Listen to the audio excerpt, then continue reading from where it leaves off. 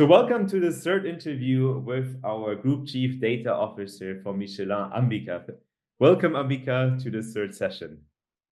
Thank you so much again for having me, and looking forward to the session as well. So, Ambica, we discussed in our two previous talks, we discussed on the why. We identified that the real core driver for Michelin is advancing on its sustainability objectives, because this is really critical for obviously your employees, but also for your customers, and therefore having a strong focus of pushing AI to see how can we improve our manufacturing processes. We also talked about why it is so important to think about how to position Michelin in this digital world, and basically placing the tires where people actually buy them today, right? Because we all think about working with agents and being on websites and getting advice on that. We then talked about the how, and there we looked into how can Michelin be different? How can we establish strong data products that are specific to Michelin to really push it, and learn from you about the role of data owners that are close to the business reality and that are actually taking from the executives, from the business side, what is that they want to do, and then translate this into data products and leveraging a network of those ambassadors to make sure that this is conform between the different entities. Now, what I would like to focus on today is sharing a few learnings of things that worked well or things that didn't work well. So would you is there anything where you say, look, there's something we tried and it didn't work out, but we learned quite a lot from it, and therefore we're doing something now differently on our AI journey? I think so. Maybe what I'd like to start with on the AI side. We started with evangelizing the technology, building networks, etc. And essentially, so where we have come to is that we have a large number of explorations which are very much in line with the DNA of Michelin as a research focused company. We have a great deal of enthusiasm for AI in the group, and we also have a number of users that are using generative AI in their individual capacity as well for productivity, etc. We also, where we would like to progress in this is really, to take this to the next level, as we already have in some cases, but to make it more widespread, which is to really look at more foundational and root problems that are underlying larger value chain driven AI transformations. And what I mean by that is, for example, using let's say foundational models, to do forecasting at a larger scale than we do today through auto ML focused methods, which we've already been able to successfully scale, but to take our level of ambition one level higher. So this is the kind of to be more ambitious, you could say, with our AI projects, either through scale or through technology. And how do you do that, Ambica? Because usually what I see happening is we might have ambitious start, but then you come up with an idea and you look into the return on investment, and the return on investment is usually pretty bad. Why? Because not the return is not the problem. The idea might have a lot of potential, but as you think about this one use case and the company is not ready yet, you don't have the established foundation and so on. And so we always go into this old way, traditional way of looking at data and or looking at innovation and say, okay, great idea, tell me what's in for me. Whereas we need to have this notion of accepting failure, exploring, also as the technology moves forward. So how do you make this exploration a real core part and accept that we might not be ready everywhere in the organization to deliver on those explored ideas? Yeah, I think it's a great question, because in fact in order to be more ambitious, as as I was describing, either in terms of what is the extent of a particular value chain process that we're looking to transform or re-engineer through AI, or you look at the level of deployment in an enterprise such as Michelin. This kind of, or to use a brand new approach, like I said, foundational models for time series. I mean, all these are, they become feasible. And you said it, you gave the answer yourself, which is, when there is already, a sufficient groundswell of efforts in this area. So that is, the organization has already reached a healthy level of experimentation, with AI, let's say in smaller capacities, in smaller deployments, smaller, proofs of concepts, has already reached a level of maturity in a particular area. Because by the time the organization reaches that point, first of all, there is a joint understanding of the problem, from an AI lens, both from the technical side as well as, the business process owners. And this is super critical, as I say, to be able to dream, of more ambitious things that we can do. The second, of course, is, the data foundation. So through these, let's say, smaller efforts, the one could hope that, and what we have found, not only do we end up really, all learning together and on what are the data products that are really required, because it's a matter of experimentation as well. What are the data products that are really required? What is the level of quality, volume, variety that we really need in these data products to have greater ambitions from our AI deployments?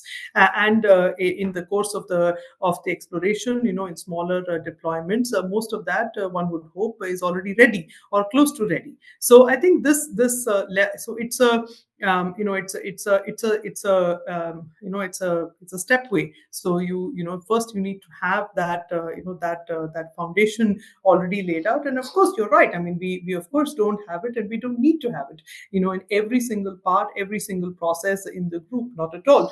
A big part of being able to, be ambitious, with our data driven ambitions is really prioritization. Really having a group level understanding of what are the most impactful areas that we can focus on. I love that. I think if I would summarize it in a nutshell, doing many small steps in specific areas, that's the foundations for the dreams that you can do in Absolutely. the area. But then how do you decide where to focus on, right? Because you might have pretty quickly a path dependency of saying, yeah, we did some first steps here and now we just continued there. How do you make sure to really be aligned with the bigger vision of where you want to do? How do you prioritize?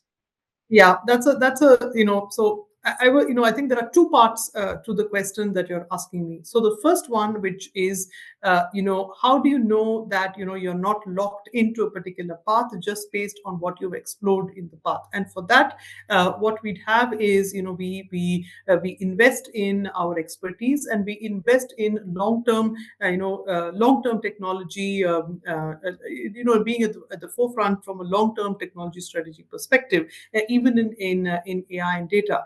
So essentially, first of all, we constantly engage with the external ecosystem, with including from academia, from research, from startups. There's so much going on. We consistently engage, with the external ecosystems to keep the ideas flowing, to keep our eyes open and minds open to what's going on. And at any point in time, there are a few that are, let's say, high risk, high reward moonshots. So these could be programs which we don't really expect to see, implementable benefit in the short term, or even sometimes in the medium term. Rather, these are, let's say, long term bets that we base from a technology perspective. And these are super critical, because what we have found, for example, we were using generative AI for tire design well before November 2023, when the whole world woke up to what is generative AI. And this came out of these kind of long-term technology strategy kind of programs that we have. The second part is that of your question was just in terms of prioritization. And here again, the smaller initiatives already begin to sensitize from the technology side, also from the business side. What are the pros, what are the cons, and what is the risk of not really using technology in a particular area. And this is what we use for the prioritization process. Wonderful. I think this is super, super interesting. I think many companies have a really hard time and prioritizing the right areas. So thank you very much for sharing that. I'm gonna take a risk. I'm gonna ask you one big question that I know you're really passionate about, and see if we can answer it in a short, because I think we could do a whole book about one topic, is how do we get more women into tech? And I know that you're a very engaged person in this field. And I know, again, I think, we could talk an hour just about that. In a nutshell, if you could give a tip, we have so many women who are talented. How do we get more women into data and AI from your perspective? What could you give a tip for women in general? Yeah, I think my my tip to it's honestly it's a gender agnostic perspective, and it is to really consistently invest in your own craft. In your own excellence. So, really, to identify where the areas that your mind is really curious in, and to continue to invest in building, your particular craft, your particular skill in that area.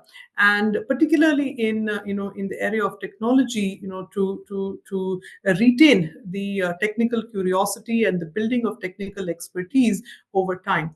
And the reason I say this is because time after time, right, once expertise enters the conversation, all biases, including gender, tend to leave the conversation. And this has been my observation throughout.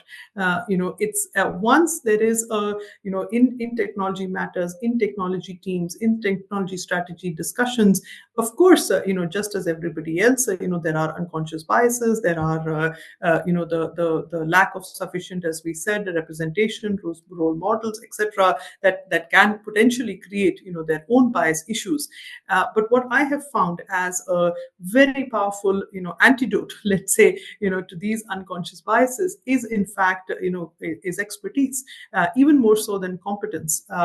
And I think, this focus on expertise as opposed to, competence, specifically among women, I think it's my number one tip. Love it. Thank you very much for sharing that. And for all the rest of the audience, please do follow Ambica as well on LinkedIn. I know she posts very interesting things she's doing, especially in that field as well. So it's really inspiring. So thank you, Ambica, for having with us. I think it was very insightful. I very much like your take on prioritization, doing little steps to establish the dreams, the foundations for the dreams for the future. Very much love your take on how to connect to your ecosystem and making sure that you already work on the right things and emphasizing on the expertise and the role of women, but not specifically women, right? It's basically everyone who can build this, but we need to get more Yes, of a diverse perspective on the data and AI topics. So thank you very much absolutely. for joining us, Amika, on this Yeah, series. thank you, Julia. As always, a pleasure to exchange with somebody who kind of, is thinks in a similar way. And yes, so thank you as well to CDO Magazine for having us. Wonderful. Thank you very much.